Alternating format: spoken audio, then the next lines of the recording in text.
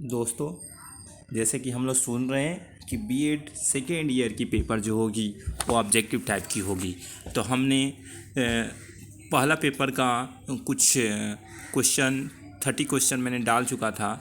अब मैं दूसरे पेपर का 30 क्वेश्चन, और मेरा रोज़ का टारगेट रहेगा कि रोज़ 30 क्वेश्चन डाल दें।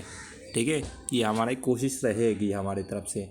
तो इसलिए मैंने दूसरे पेपर जो है, दूसरा पेपर का नाम है पाठ्यक्रम विकास एवं आकलन। उससे संबंधित हमने एक टॉपिक उठाया है।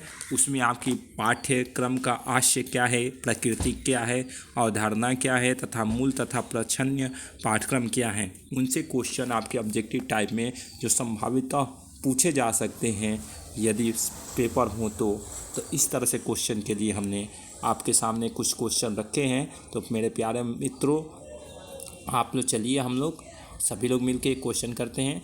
देखिए, पहला क्वेश्चन कह रहा है हमारे मित्र कि शिक्षित व्यक्ति अशिक्षित व्यक्ति में उतना ही अंतर है जितना कि मृत व्यक्ति जीवित और मृत्यु में। जीवित और मृत्यु मतलब मृतकों में। इस तरह से मतलब कहने का तात्पर्य यह है कि जो शिक्षित व्यक्ति है और जो अशिक्षित है, जो बिना पढ़ा लिखा व्यक्ति है, उसमें अंतर है जीवन और मरण का। यह किसने कहा था? ठीक है मेरे प्यारे दोस्तों, तो ये सबसे पहले अरस्तु ने कहा था। किसने कहा था? अरस्तु ने। ठीक है मेरे प्यारे दोस्त, नेक्स्ट क्वेश्चन देखिए मेरे प्यारे दोस्त। नेक्स्ट क्वेश्चन हम देखते हैं। नेक्स्ट क्वेश्चन कह रहा है कि शिक्षा के मनुष्य किस प्रकार मानता है। तो देखिए, शिक्षा को मनुष्य जो होता है त्रिनेत्र के रूप में मानता है। ठीक है मेरे प्यारे दोस्त, किसके रूप में मानता है? त्रिनेत्र के रूप में मानता है। ठीक है, नेक्स्ट क्वेश्चन देखते हैं मेरे प्यारे दोस्त। सर्वप्रथम बालक को शिक्षा कहाँ से प्राप्त की जाती है? मतलब सर्वप्रथम जो बालक है वह शिक्षा कहाँ से प्राप्त करता है? तो आपका आंसर हो जाएगा परिवार से। ठीक है मेरे दोस्त, किससे हो जाएगा? परिवार से। फिर नेक्स्ट क्वेश्चन, पाठ्यक्रम को शिक्षा के किस माध्यम के रूप में स्वीकार किया गया है?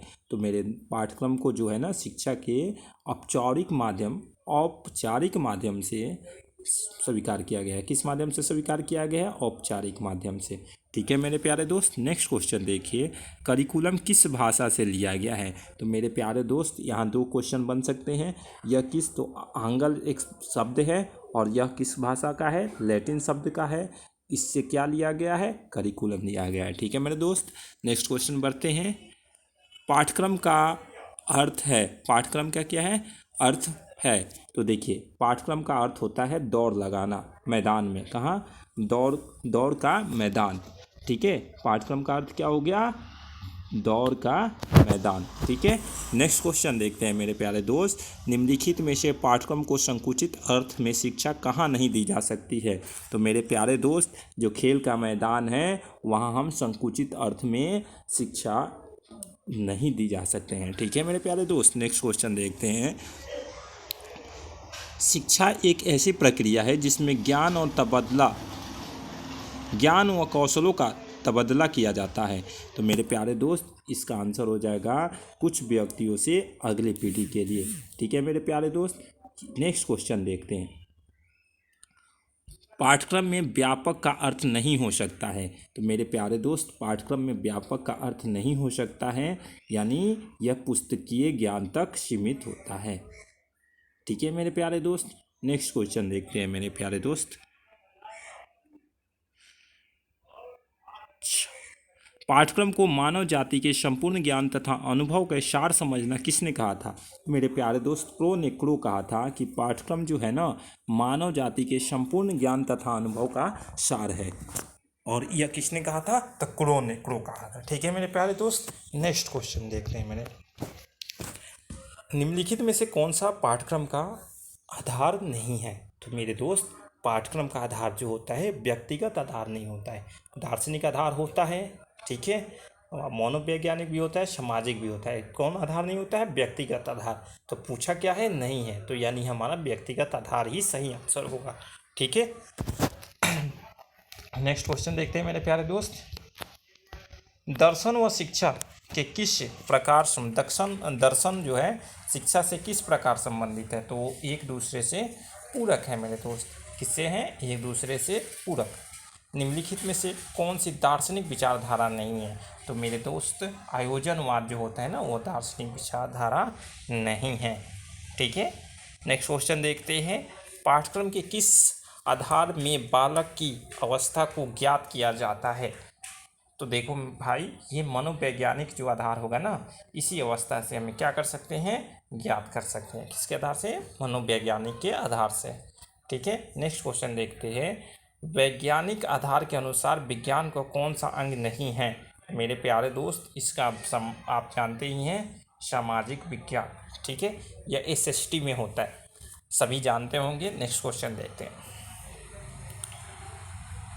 निम्नलिखित में पाठ्यक्रम एवं अध्ययन क्रम के अंतर को में गलत लिखा है। निम्नलिखित पाठ्यक्रम के एवं अध्ययन क्रम में गलत लिखा गया है। तो भैया इसमें ये गलत लिखा गया है कि इसमें प्रवृत्ति नहीं होती है, अध्ययन क्रम रखने की प्रवृत्ति नहीं होती है। नेक्स्ट क्वेश्चन देखते हैं मेरे प्यारे दोस्त। प्रच्छन्न पाठ्य चर्चा में कौन सा कथन गलत है? तो यह संकुचित होता है, यही एक गलत है, बाकी ये सब क्या है, सही है। तो देखिए यहाँ पूछा है गलत है, तो इसलिए ये आंसर क्या होगा, डी। ठीक है मेरे प्यारे दोस्त, नेक्स्ट क्वेश्चन देखते हैं। पाठ्यक्रम क्रियाओं से क्या तात्पर्य नहीं है? तो पाठ्यक्रम क्रियाओं से यह तात्पर्य नहीं है कि पाठ्यक्रम को कठिन बनाना। देखिए जहाँ पूछ रहे नहीं है इसलिए, बाकी ये देखिए शिक्षक को रोचक बनाना भी है, छात्रों को आसानी से समझने के लिए भी है, अध्यापक के द्वारा सहज अनुक्रिया करने के लिए के रूप में भी है। ये सारे चीज़ें कौन सा है, नहीं है। पूछा क्या है, नहीं है। तो पाठ्यक्रम पुस्तक को कठिन बनाना, यदि कठिन ही बना देंगे तो बच्चे क्या कर पाएंगे? सबके अनुसार देना पड़ता है पाठ्यक्रम को, जो जिस क्लास में है उसी कक्षा के अनुसार पाठ्यक्रम को बनाया गया है। बालक का सर्वांगीण विकास किसके द्वारा संभव है? तो बालक की सर्वांगीण विकास जो है ना, पाठ्यक्रम सहभागी क्रियाओं के द्वारा। ठीक है, नेक्स्ट क्वेश्चन देखते हैं मेरे प्यारे दोस्त। पाठ्य वस्तु के संदर्भ में कौन सा कथन गलत है? पाठ्य वस्तु के संदर्भ में कौन सा कथन गलत है? तो इसका क्षेत्र व्यापक होता है, यही एक क्या है, गलत है। नेक्स्ट क्वेश्चन देखते हैं मेरे प्यारे दोस्त। कोर मूल्य पाठ्यक्रम से कोर मूल्य पाठ्यक्रम से आप क्या समझते हैं? तो मेरे प्यारे दोस्त, जहाँ भी हम सभी मिले वहाँ तो 90% समझ लो कि वही होता है। ठीक है मेरे दोस्त, 10% ही आपको रिक्स लेना पड़ता है। तो भैया इसमें हम रिक्स भी ले लेते हैं, डी। ऐसे पढ़ भी लेते हैं कि इसमें बालक स्वतंत्र होता है, तो स्वतंत्र होता ही है भाई। ऐच्छिक विषयों का चुनाव कर सकते हैं, ये भी कर सकते हैं भाई। इसे अमेरिका का दिन है, ये भी सही है, अमेरिका का भी दिन है। नेक्स्ट क्वेश्चन देखते हैं मेरे प्यारे दोस्त। निम्नलिखित में से कौन सा कथन कोर पाठ्यक्रम के संदर्भ में गलत है? तो देखो मेरे दोस्त भाई, इसमें गलत पूछा है और देखिए ये कह रहा है बाल केंद्रित होने के कारण पूर्णतः मनोवैज्ञानिक है, तो ये तो सही है भाई।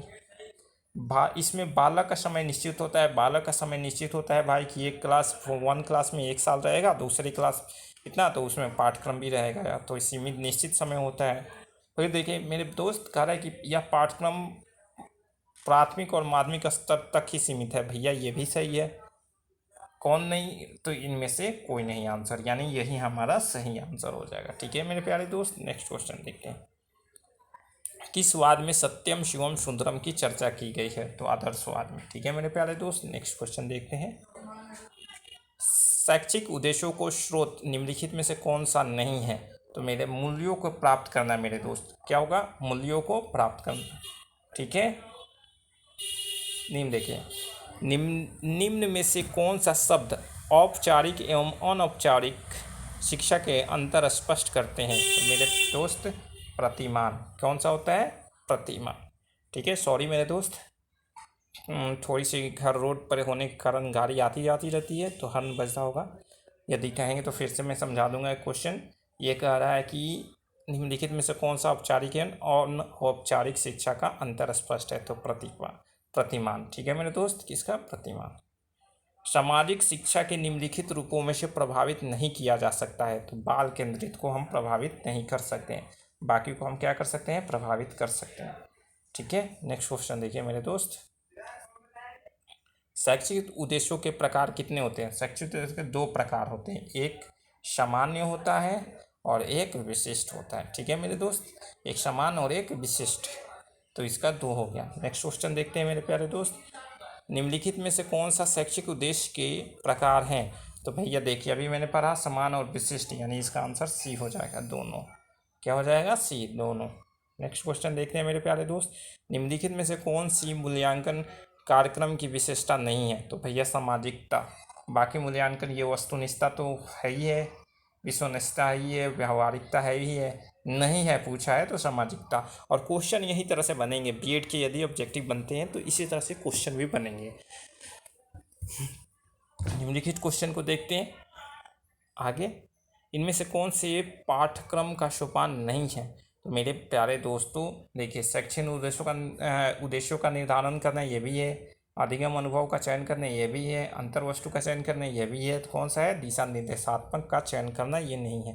और पूछा क्या है? नहीं है। तो ध्यान रखना है मेरे दोस्तों, इस तरह से क्वेश्चन आप सभी को एक बार रिपीट करके भी देख सकते हैं यदि मैं फास्ट हो तो।